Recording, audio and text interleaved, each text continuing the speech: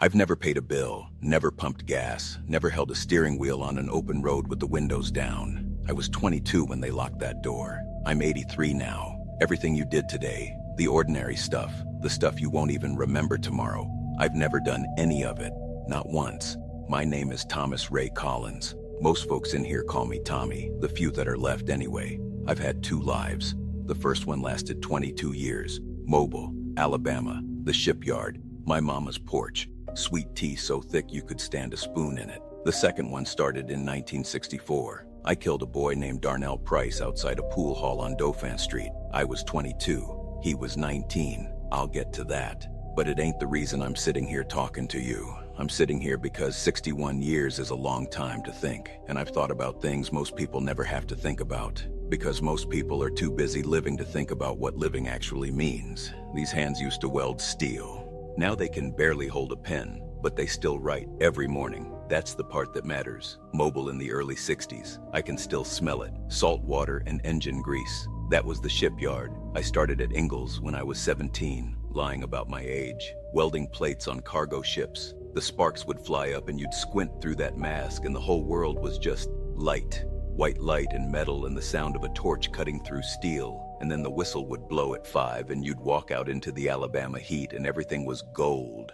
The sky, the road, the dust coming off the parking lot. Everything just gold. My sister Loretta used to wait for me on the porch. She was older by 3 years, had a glass of sweet tea ready every day. Didn't matter if I was on time or late. The glass was always there. I didn't know what I had. That's the thing. I walked through that golden light every single evening and I never once stopped to look at it. Never once said to myself, Tommy, this right here, this is your life. Pay attention. I was too busy being angry, too busy running with boys who thought the world owed them something, too busy pretending the streets were more real than that porch, than that glass of tea. Loretta would say, Tommy, those boys are gonna get you killed or locked up. Every time, same words, same voice. She was right about one of those, almost right about both. April 14th, 1964, a Tuesday night. Darnell Price said something about my mother. I had a gun I shouldn't have had. I shot him once in the chest outside Reggie's pool hall, and he fell against a parking meter and didn't get up. I was a stupid boy with a gun and a temper and no sense of what a life was worth. Not his, not mine. That was 61 years ago. I've spent every one of them sitting with what I did. You want to know what that's like? You keep listening, but the crime ain't the lesson.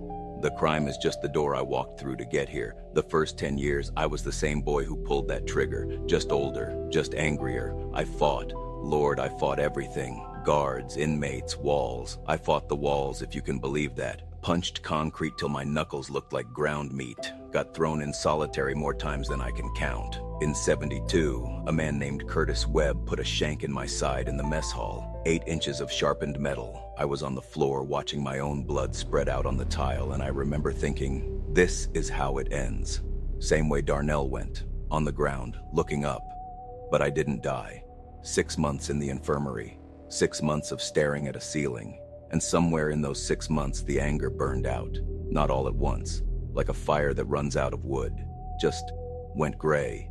And the gray years were worse than the angry years. I reckon most people don't know that. They think the opposite of anger is peace. It ain't. The opposite of anger is nothing. And nothing is the loneliest place a man can be. I ate. I slept. I walked the yard in circles. Same circle, same direction.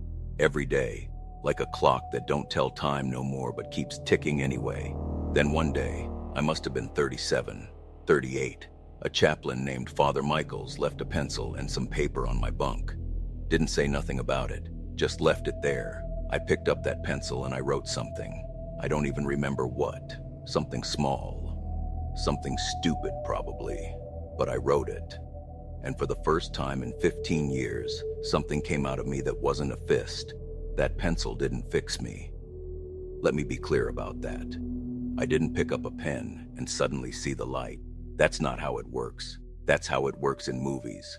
In real life, clarity comes like sunrise. You don't see it happening. You just notice after a while that the room ain't dark no more.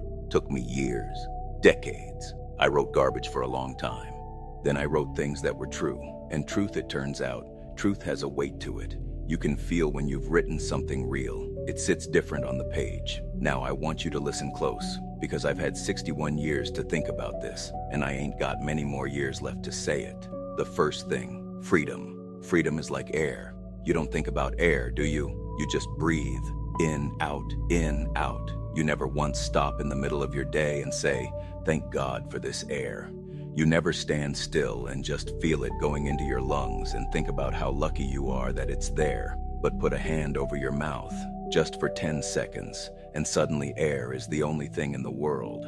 That's what freedom is. You're breathing it right now. Every time you open your front door and walk outside without asking permission. Every time you drive somewhere just because you feel like it. Every time you open a refrigerator and choose what to eat. You're breathing freedom and you don't even know it. I know it, because I haven't breathed it in 61 years. So here's what I'm telling you. Go outside, today, not tomorrow, today. Stand there, feel the air on your face, and know, really know, that you can go anywhere, that nobody's stopping you, that the whole world is right there, waiting for you to walk into it, and then walk into it. The second thing, identity.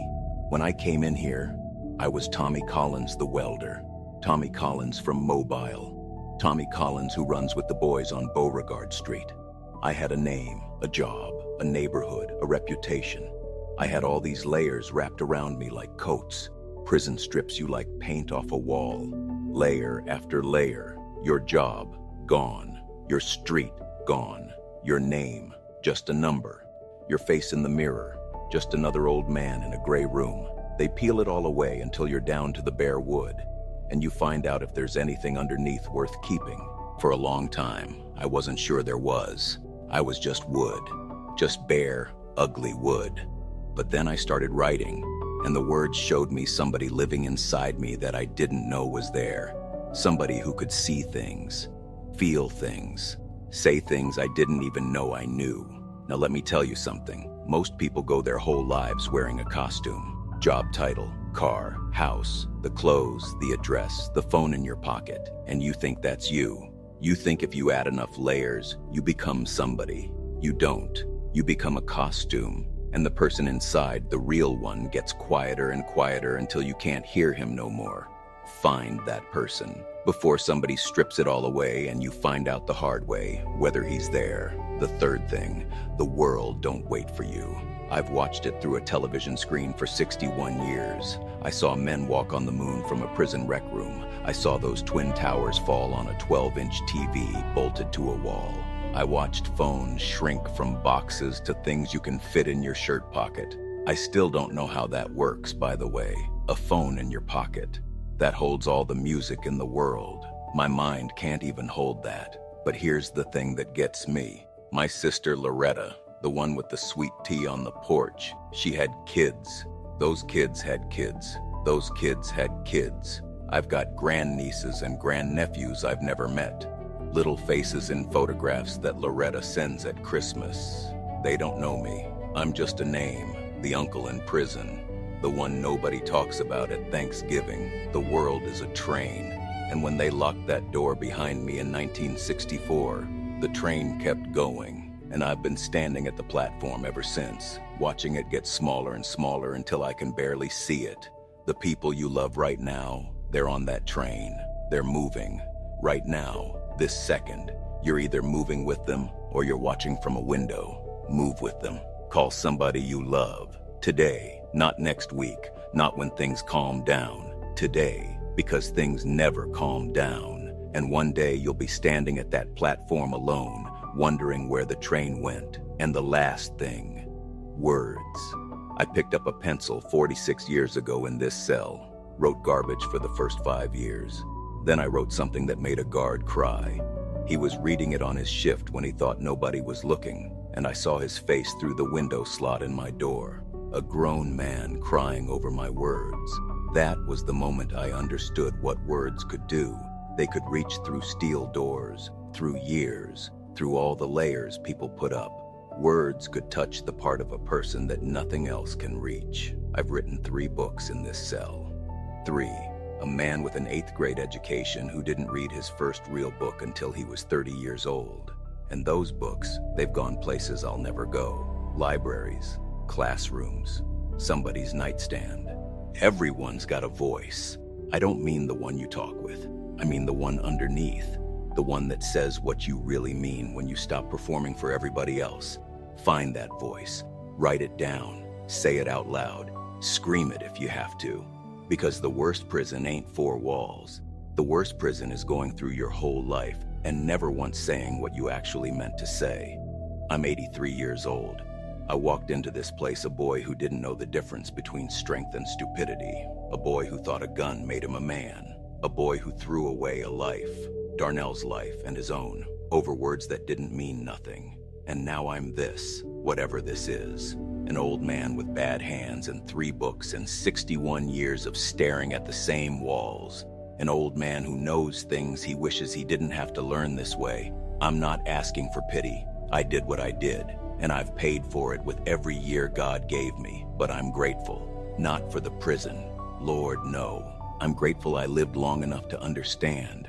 Some men don't get that. Some men die angry. Some men die empty. I'm going to die knowing. And what I know is this: you're free, and you don't even notice. That's the real prison.